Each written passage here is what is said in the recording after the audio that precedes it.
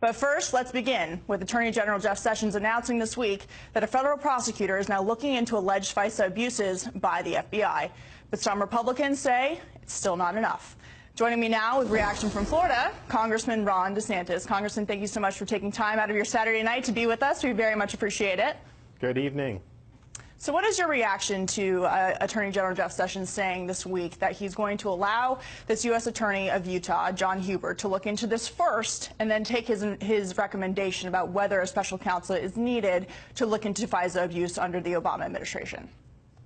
I think it's a step in the right direction from where he had been just a few weeks ago. Remember, a few weeks ago he said, I've appointed the Inspector General to look at it, who is a fine guy, but he doesn't have any prosecutorial authority. That means there would be no indictments, no grand jury, no anything. So the fact that you actually have a prosecutor who's outside the beltway, to me, is a step in the right direction. But here's the deal.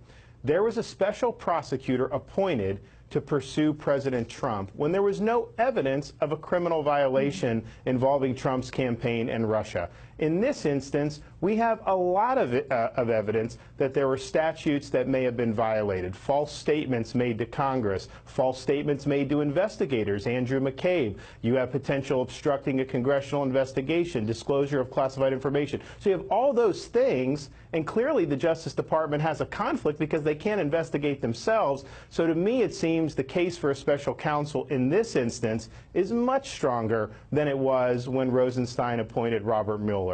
Yeah, and Justice Department Inspector General Michael Horowitz is very well respected by Republicans and Democrats for the work that he does. But I want to play some sound from your colleague, House Judiciary Committee Chairman Bob Gutlatt, and his response to the Attorney General saying we're not quite there with the new special counsel.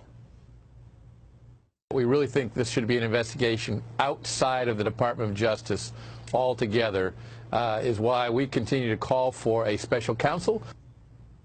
Congressman, a lot of people don't exactly know that, yes, the Inspector General has a lot of power to unveil a lot of the wrongdoing, but he only can really recommend disciplinary action. He can't actually prosecute the crimes that may or may not have been committed. So explain to the viewers about the jurisdiction that the Inspector General actually has and why the DOJ might not be able to investigate themselves.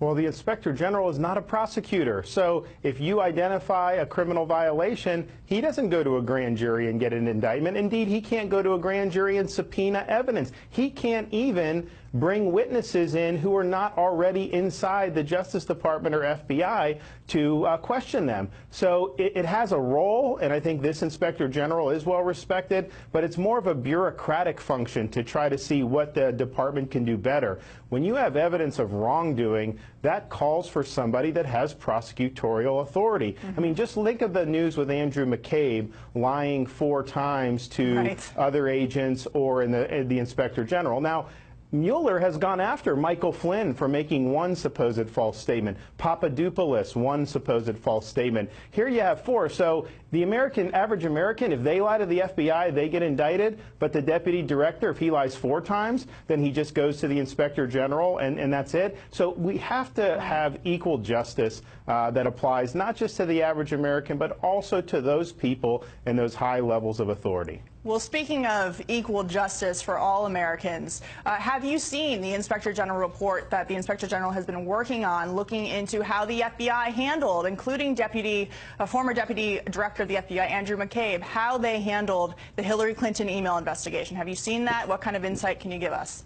We have not seen the actual report. There's little bits that we hear about, but this has been going on for, I think, going on 15 months now, Katie, and I think that this thing needs to be brought in for a landing. I think there's going to be a lot of problems that are uncovered. As we know, this investigation into Hillary was badly mishandled from the start, so I think it's important to put that out there because there have been a lot of guys like me saying, why aren't more heads rolling in the FBI for some of the misconduct that we've seen? And I think part of the reason is people like Sessions have been waiting, and Christopher Wray have been waiting for this IG report. So the quicker we get that, I think the quicker you'll see more accountability in both agencies.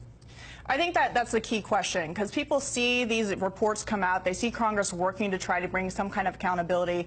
What do you think can be done when we do get this report from Congress's side to actually hold people accountable? The frustration is we see all this information all the time, and yet people keep getting away with it. Exactly. Well, I think there needs to be two tracks. One, the IG report can provide the basis to terminate people like Peter Strzok, the anti-Trump biased FBI agent, in his text messaging. But the prosecutor, and hopefully that will evolve into a special counsel, that individual can address criminal violations. And so hopefully some of these people who misbehave will immediately be terminated and be out of the government. But to me, that's not the end of it. You need the special counsel to follow through for any criminal liability that is uncovered. Congressman, switching gears real quickly before I let you go, President Trump gave a speech last week about infrastructure. He's going to need Congress to push through a $1.5 trillion plan is what he's asking for. What is your view from Capitol Hill about how that's going to get done and whether it's going to get done before the midterms?